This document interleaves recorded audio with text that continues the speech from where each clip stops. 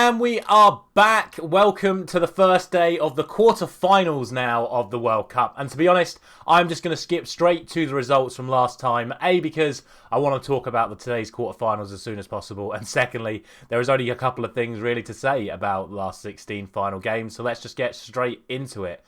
Essentially, everything I said for these two fixtures, I got spot on. Except I got the games the wrong way round. I said that it was going to be Switzerland that could potentially cause the upset and give Portugal a really, really hard time.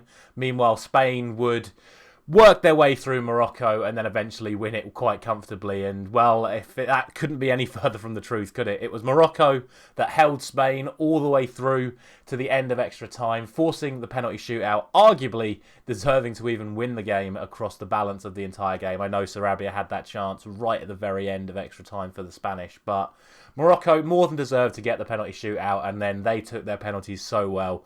Meanwhile, Spain just didn't even want to run up. They were just walking and passing it, as the Spanish do it on the field, I suppose. But Bunu, whatever you want to say his name, phenomenal saves from him, carrying his side through, and then of course that cheeky Panenka from Hakimi.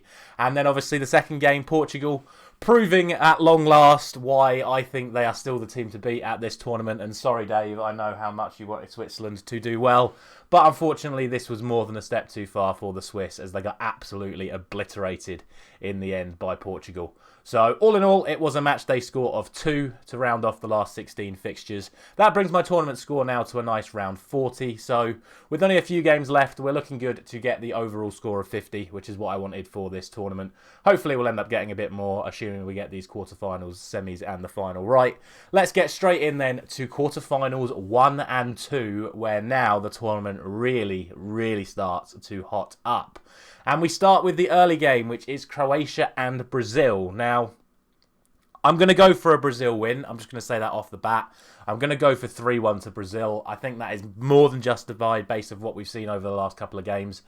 I do think Croatia could cause major problems, though. I'm still not fully convinced by Brazil, and I know they put on a hell of a performance in that first half the other day, but it was against a Korea side that really just let Brazil do what they wanted. They piled so many players forward that it just meant there were constant 4v4 attacks going the other way.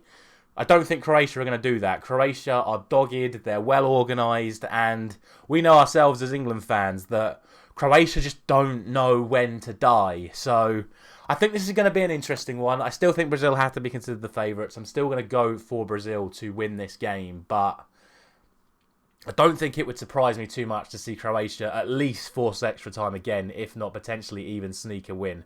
But I'm going to go Brazil. I think they've more than proven their credentials now to me, but just not quite fully sold just yet. So if they win convincingly today, they'll definitely change my opinion on them. But for now, I'm going to go for a Brazil win with a slight concern in their behalf.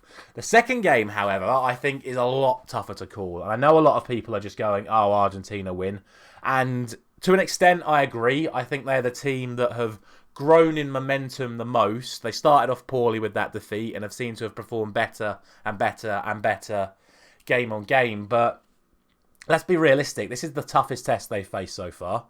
Like, by a mile, I would say this is the toughest test they've faced so far. They only beat Australia 2-1. So I wouldn't say that's an amazing result, with the greatest of respects to Australia. And the Dutch have just been solid. They've not been absolutely blowing teams away either. This is by far their toughest test as well as it is Argentina's. So I think this is a really tight game to call. And because of that, I'm actually going to split it down the middle and go for 1-1 in normal time. It then comes down to who I think is going to be the overall winner. And just today, I've just had this little feeling towards Argentina. So I'm going to go for Argentina as my team to win it in extra time or penalties. But I really think this game is completely up for grabs. I think either side could take the win today, and it wouldn't surprise me if it went either way. I think there could just be a moment of individual brilliance from one of the superstars on the pitch. That will decide this game one way or another, be that in normal time or extra time, or indeed if it goes all the way to penalties. But I'm looking forward to it. I think it's going to be a very interesting day. I don't think these two games are going to be as simple as a lot of people are predicting. So big on the entertainment for today, and of course then we will move on to tomorrow, where we get to talk about England and France. So, as always, let me know down in the comments what you think is going to happen, what you thought of my predictions for today. As always, please drop a like on the video as well, and subscribe to the channel so you don't miss out on the rest of the content we have got coming up for you.